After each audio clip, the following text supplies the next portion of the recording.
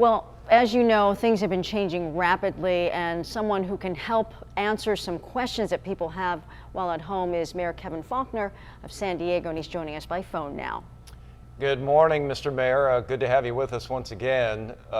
Can you hear us? Good morning, Jim in Virginia. Absolutely. Good morning. Excellent. To you both. We can hear you well as well. Want to start off by asking you visited with the mayor of Tijuana. How are things going there from his perspective, and what did you two talk about?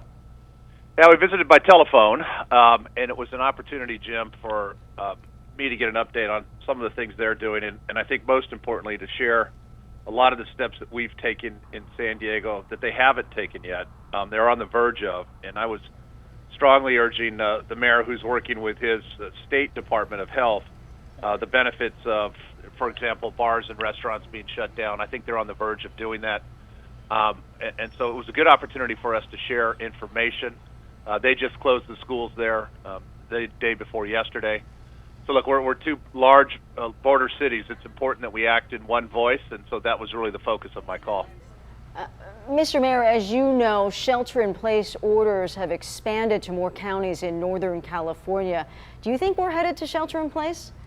You know, Virginia, the county health folks got that question yesterday, and I think their answer was the right one, which is this is continuing to evolve. Everything's on the table. What we've done in San Diego County, we've taken some pretty quick and decisive actions. Other cities and counties were behind that.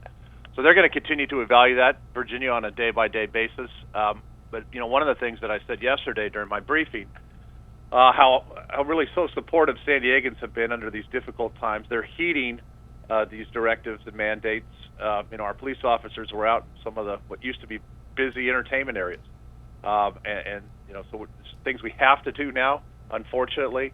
But San Diego's have really rose to the occasion so far. And back to the border, you know, the U.S. and Canada made an agreement to shut down any non-necessary travel between the border. Did you talk to the mayor of Tijuana? Is there any possibility that we could see the same thing at our southern border?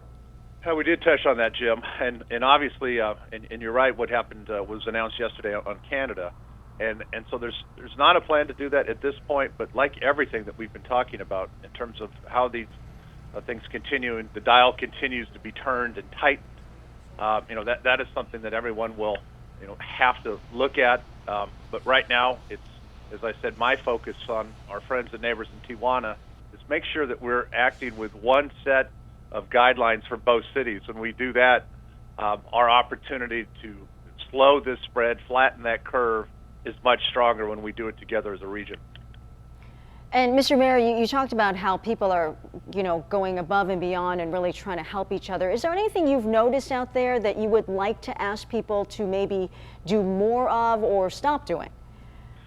A great question, Virginia, and I think it really gets to the spirit of what we've seen over the last week of San Diegans and families that are at home now and are saying, "Hey, how can I help my neighbor? What can I do?" And so we're putting more and more. A couple of things I'm encouraging: go to 211.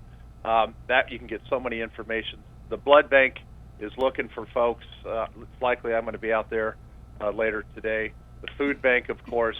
We're putting some of those opportunities on the city's website as well as 211. And so it's really an opportunity to show the best of our city, because we do come together to help people. And you're seeing stories like that all over the city.